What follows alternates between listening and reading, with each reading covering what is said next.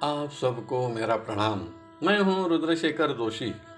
केसरीनंदन आध्यात्मिक YouTube channel में आप सबका स्वागत है। आज हम इस वीडियो में जानेंगे होली की पौराणिक कथा और धार्मिक महत्व एवं श्रेष्ठता क्या है। भगवान ब्रह्मा जी के मानस पुत्र महर्षि मरीचि थे। मरीचि के पुत्र कश्यप थे, जिनकी पत्नी का नाम दीति था। दक्ष प्रजापति के कन्याओं में से यह एक थी। कश्यप और दीति को दो पुत्र हुए, जिनका नाम था हिरण्यकश्यपु और हिरण्याक्ष। हिरण्यकश्यपु का विवाह कयाधु से हुआ था। इन्हें 4 पुत्र और एक कन्या थी। उनके नाम थे संलाद, अनुल्लाद, प्रहलाद और लाद, और कन्या का नाम था सिंहिका। यह जानकारी श्री भागवत ग्रंथ स्कंद 6 अध्याय 18 श्लोक 13 में वर्णित है। हिरण्यकश्यपु एक ऐसा राजा था जो खुद को ही भगवान मानता था और सभी प्रजाजनों को यही कहता था कि जो भी मुझे भगवान मानने से इनकार करे उसे मृत्युदंड दिया जाएगा। मृत्युदंड के भय से सभी दैत्य प्रजाजन तो उसे भगवान मानते ही थे, लेकिन जैसे ही प्रहलाद बड़ा होने लगा, ओम नमो भगवते वासुदेवाय का जाप अखंड रूप से करने लगा। इसे मृत्युदंड दे तो कैसे दे, यह तो अपना ही बेटा है। फिर भी हिरण्यकश्यपु ने दैत्य गुरु शुक्राचार्य को बुलाया और प्रहलाद को अपने साथ ले जाने के लिए कहा।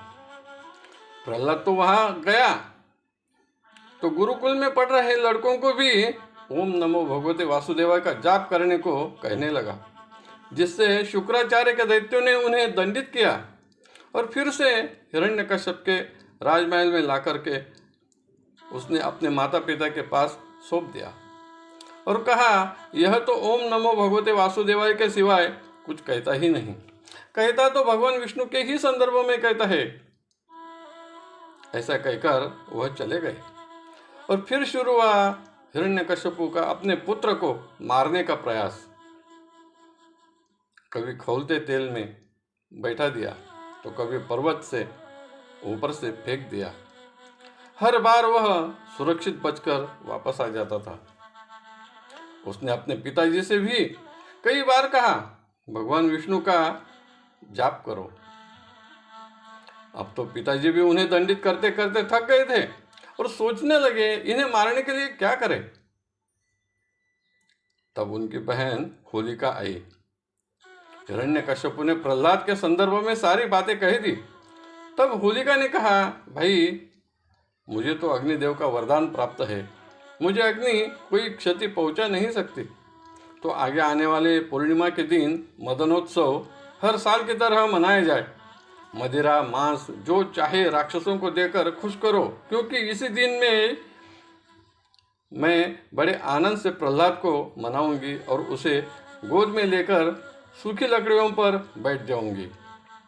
तभी आप सेवकों को अग्नि को प्रज्वलित करने की आज्ञा देना। मैं तो बच जाऊंगी, लेकिन प्रहलाद अग्नि में भस्म हो जाएगा। हिरण्यकश्यपु को अपने बहन की यह सलाह अच्छी लगी। सभी नियोजन किया गया। सूखी लकड़ियां रखकर चिता रची गई। हिरण्यकश्यपु सहित सभी प्रजाजन देख रहे थे।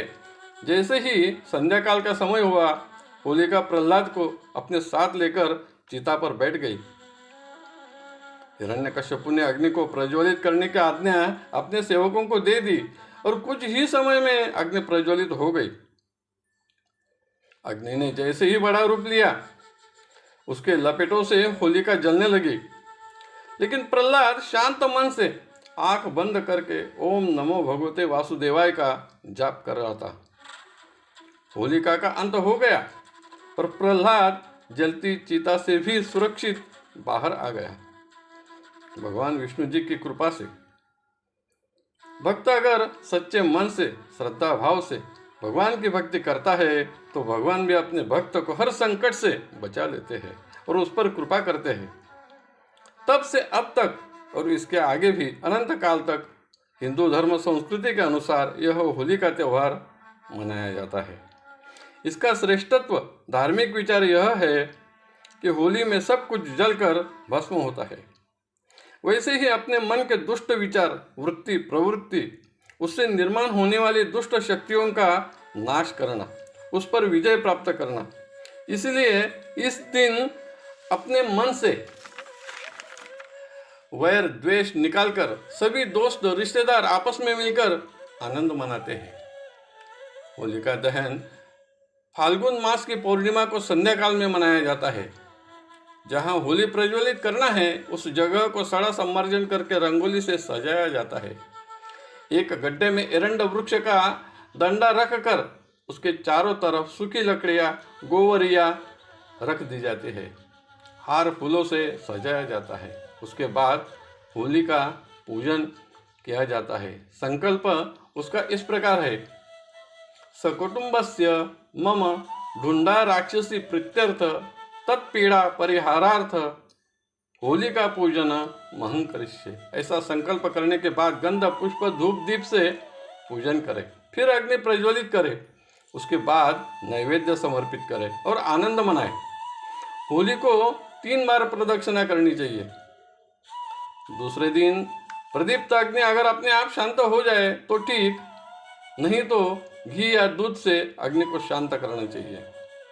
दूसरे दिन धूलिवंदन और बाद में रंग पंचमी भी मनाई जाती है, जो एक आनंदोत्सव ही है दुष्ट शक्ति के नाश करने का और शुभ कल्याणकारी विचारों को वृद्धिंगत करने का। यह होली का धार्मिक महत्व धर्म सिंधु ग्रंथ में वर्णित है। मनाएंगे सभी त्योहार हिंदू धर्म संस्कृति के अनुसार, क्योंकि हमारी एक कृति करेगी सक्षम हिंदू धर्म संस्कृति। आपको अगर यह जानकारी अच्छी लगी तो ज़रूर लाइक करें, शेयर करें, सब्सक्राइब करें। धन्यवाद। नमस्कार। जय केसरी नंदन।